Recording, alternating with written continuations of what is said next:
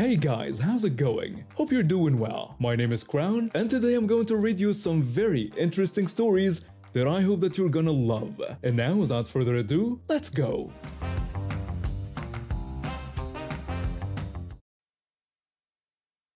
At 28, I find myself juggling the roles of fiancé, mother, and reluctant landlord to my younger sister. As the eldest of two girls, I've always been more than just a sibling. From the moment my sister was born, 7 years my junior, I became her second mother. Our parents, though loving, were often consumed by their demanding careers, leaving much of the day-to-day care to me. Initially, I embraced this responsibility. Caring for my little sister made me feel important and needed. However, as we grew older, our dynamic shifted. She became increasingly demanding and entitled, while I morphed into a doormat, constantly bending over backwards to help her with little acknowledgement. Fast forward to the present. I've carved out a successful career in marketing, found a wonderful fiancé who works in IT, and we have an adorable 11-month-old son. We live in a modest 3-bedroom apartment in the city, conveniently located near several universities. Life was good until my sister decided to attend one of those nearby schools. With our parents living an hour away from the city, I offered to let my sister stay in our spare room. My fiancé was hesitant, but I assured him it would be fine. We established ground rules. With noise control after my son's bedtime being paramount, we specifically asked her to use her key instead of the loud electronic keypad if she came home late. The first few months went smoothly, but as she acclimated to college life, things began to change. She started going out more, coming home late, and disregarding our rules. The situation came to a head one Friday night in May when she used the loud keypad at 2 a.m., waking my son. The next morning I confronted her. She feigned ignorance, then gave a half-hearted apology, claiming she forgot. When I reminded her this wasn't the first time, she complained that using the keypad was easier than digging through her bag for the key. I tried to explain how disruptive it was, but she brushed me off. This pattern continued for weeks. Each time I'd remind her, she promised to do better, but nothing changed. After a particularly bad night where she not only used the keypad, but also stumbled around loudly, waking everyone up, I decided enough was enough. I confronted her about consistently breaking our rules. She tried to downplay it, sarcastically asking if I was going to ground her. To her surprise, I said yes and implemented an 8 p.m. curfew. She protested, arguing that she wasn't a child and should be able to enjoy college life. I told her she could have all the fun she wanted when she had her own place, but while living with us rent-free, she needed to respect our family and our rules. She complained to our parents, with our mom backing me up but our dad thinking I was overreacting. Over the next few days, my sister tried everything to change my mind, whining about missing parties, showing me her professional LinkedIn profile, and even guilt-tripping me about ruining her college experience. The final straw came when I overheard her calling me a bitch to her friends. I realized it was time for her to go. When I approached her about moving out, she was shocked. I explained that I'd tried to be patient, but she clearly didn't respect us, and I had no obligation to continue housing her for free. She panicked, asking where she was supposed to go. I gave her the option of moving back with our parents or staying only if she started respecting our rules without complaint. This ultimatum finally got through to her. We had a long talk, airing our grievances. To my surprise, she actually apologized and promised to do better. I appreciated her apology but made it clear she was on thin ice. I told her the curfew would stay until the semester's end and that our dad had agreed to pay for her to resume therapy. She was hesitant about therapy, but I reminded her how much it had helped when she was younger. Over the next few weeks, I saw a gradual change in her behavior. She became more considerate, followed the rules, and even helped around the apartment without being asked. As the semester ended, we had another talk. I acknowledged her efforts and expressed my appreciation. She thanked me and apologized for her long-standing behavior. I told her I was proud of her for recognizing her faults and working to change.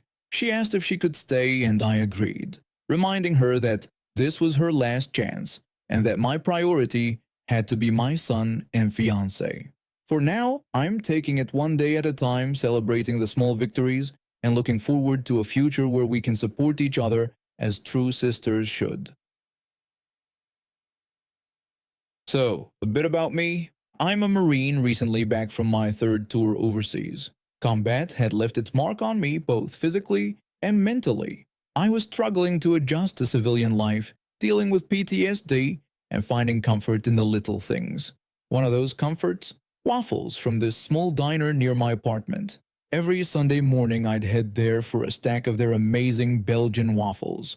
It became my ritual, a small slice of normalcy in a world that often felt chaotic. The staff knew me, always had my order ready, and never questioned why I always sat facing the door. This particular Sunday started like any other. I walked in, nodded to the waitress, and settled into my usual spot.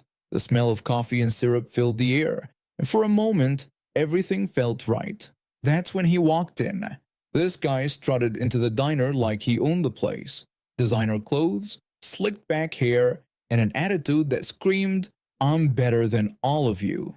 He marched straight up to the counter, ignoring the line of people waiting to place their orders. The entitled guy demanded waffles immediately. The waitress politely explained that he would have to wait in line like everyone else. The guy then arrogantly asked if she knew who he was, stating that he doesn't wait in lines. I could see the waitress getting flustered. She looked at me knowing I was a regular, silently pleading for help. I sighed, put down my fork, and stood up. I called out to the guy, telling him that the line started at the back. He turned to me with a sneer on his face. He rudely told me to mind my own business and that he was talking to the help. Now, I'm not one for confrontation these days, but something about this guy rubbed me the wrong way. Maybe it was the way he talked down to the staff, or maybe it was just that he was messing with my waffle time. Either way, I decided to step in.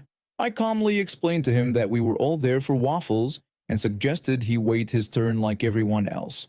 The entitled guy retorted that I didn't understand, claiming he was important and had places to be, insisting he didn't have time to wait. I pointed out that he seemed to have plenty of time to argue about it. That's when things took a turn. The guy's face turned red, and before I knew it, he had pulled out a switchblade. The entire diner went silent. The entitled guy threatened me, asking if I wanted to be a hero and suggesting he'd carve me up like a waffle. Now I faced down insurgents and survived IED attacks. This punk with a pocket knife didn't scare me, but I was worried about the other customers. I needed to end this quickly. I warned him to put the knife away before he hurt himself. He lunged at me, slashing wildly. I easily sidestepped his attack, grabbed his wrist, and in one smooth motion, used his own momentum to slam him face first into the floor. The knife clattered away as I pinned him down, my knee on his back. I told him to stay down. The diner erupted in applause. The waitress called the police while I kept the guy pinned. He was blubbering now, all his bravado gone. The entitled guy whined about his broken nose and threatened to sue me, asking if I knew who his father was. I calmly replied, questioning what he would sue me for. Defending myself and others from an armed attacker? I wished him luck with that. The police arrived pretty quickly. Turns out our entitled friend was wanted for several other incidents of harassment and assault. As they led him away in handcuffs, the diner owner approached me. The owner gratefully told me that my meals would be on the house from now on, thanking me for protecting his customers and staff. I humbly responded that it wasn't necessary and that I just did what anyone would do. The owner insisted, saying it was the least he could do, and offered me a fresh stack of waffles. And let me tell you, those waffles tasted even better knowing that entitled jerk was headed to jail instead of cutting in line. I ended up working at Big Mart, one of those massive retail chains you see everywhere, after searching for a long time for a job. At first, I was just another face on the sales floor, stocking shelves and helping customers find the elusive item they swore they saw right here last week. But I guess my degree and work ethic caught someone's eye because within a year, I was promoted to department manager. That's when things started to get interesting. The store manager, let's call him boss, seemed to take a shine to me. He'd often ask for my input on store operations, and before I knew it, I was taking on more responsibilities than my job title suggested. One day, boss called me into his office. He asked if I could close the store that night. I agreed but questioned if that wasn't usually handled by him or the assistant managers. Boss explained they were short-staffed and that he trusted me because of my great work. He then handed me the keys and codes, offering to show me the ropes. And just like that, I became what they called a key-carrying manager. It wasn't official, mind you. My paycheck and title stayed the same, but my responsibilities ballooned. Opening the store, closing it, counting money, you name it. I was doing it all. At first, I was flattered. It felt like I was being groomed for bigger things. But as months passed and my workload kept increasing without any formal recognition, I started to feel uneasy. I approached boss about the possibility of a promotion, given all my extra duties. He assured me we'd talk about it soon, but that conversation never seemed to happen. This went on for months, and I started to feel like I was being taken advantage of. Still, I kept at it, hoping my hard work would pay off. Then came that fateful night. The assistant manager had some family emergency and needed to leave early. He desperately asked if I could close up that night, acknowledging it was a last-minute request. I agreed without hesitation, assuring him I had it covered. I went through the usual routine, locking up, counting the day's earnings, setting the alarm. Everything seemed normal. 2 days later, I was called into the loss prevention office. The loss prevention officer informed me that we needed to discuss the nightly count from my last closing shift, which was off by $250. I explained what I remembered, insisting that the count had matched the system's numbers. They launched an investigation, and sure enough, all the money was accounted for. But that's when the real bomb dropped. The loss prevention officer revealed that the problem was that I wasn't authorized to be in the back room doing the count in the first place.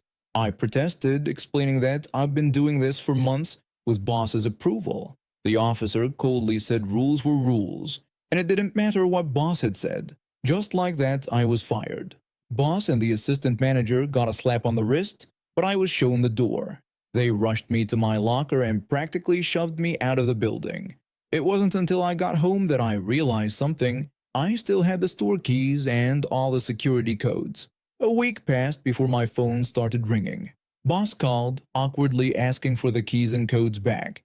He questioned if I had left them on his desk. That's when a little spark of pettiness ignited in me. I thought about all those months of extra work, the broken promises, and the way they'd treated me in the end. I smoothly lied, confirming that I had indeed left them right on his desk when I left. I suggested it must have slipped his mind with all the excitement. I hung up smirking at the shiny keys still in my possession. A few weeks later, I heard that Big Mart had to change every lock in the store and update all their security systems. It must have cost them a fortune. I hear Big Mart is still in business, but I do my shopping elsewhere these days. Funny how things work out, isn't it? I've been living in this small neighborhood for over 2 decades now. It's a quiet place, filled with good folks who mind their own business. When I first moved here, there were some basic rules set by the developer, but nothing too strict. We all got along just fine without constant oversight. I'm what you'd call a baby boomer, but I like to think I'm more laid back than some of my peers. I've seen this neighborhood change over the years, watched as new families moved in and out. But recently, things started to shift in a way that didn't sit right with me. It all began when a few retirees and some newcomers decided they knew better than the rest of us about how we should live our lives. They started talking about strict rules for yard maintenance, house colors, and even where we could park our cars. It was like they wanted to turn our peaceful community into some kind of perfectly manicured prison. The ringleader of this group was a county planner who thought he was God's gift to urban development. Let's call him Mr. Know-It-All. This guy walked around like he had a ruler stuck up his backside, always ready to measure how far your grass had grown or how many inches your car was from the curb. One day, I overheard Mr. Know-It-All talking to my neighbor about forming a homeowners association, HOA.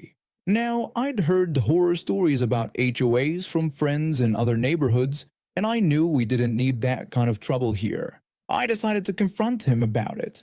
I approached Mr. Know-It-All and expressed my concern about the HOA, suggesting it might not be well received by everyone.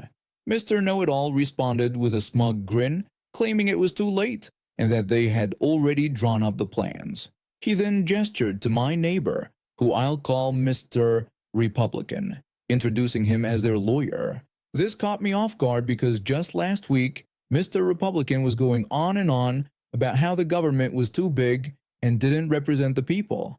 I turned to Mr. Republican and questioned how he, as a staunch Republican who had just been complaining about big government, could support creating another layer of bureaucracy with taxing authority. I pointed out that it didn't seem to add up. Mr. Republican looked like he'd just swallowed a lemon. He mumbled something unintelligible and scurried back into his house. Mr. Know-It-All, looking less smug now, pedaled away on his bike. That's when I realized I had an ace up my sleeve. I knew all the original homeowners, some still living here and others who had moved but still owned property in the neighborhood. I started making calls, sending emails, and even knocking on a few doors. During one phone call, I asked an original owner if they had heard about the HOA being formed. Their response was immediate and emphatic, expressing strong opposition to the idea and stating that they didn't need busybodies telling them what to do. This was the response I got from pretty much everyone I talked to. They were all as fed up with the idea as I was.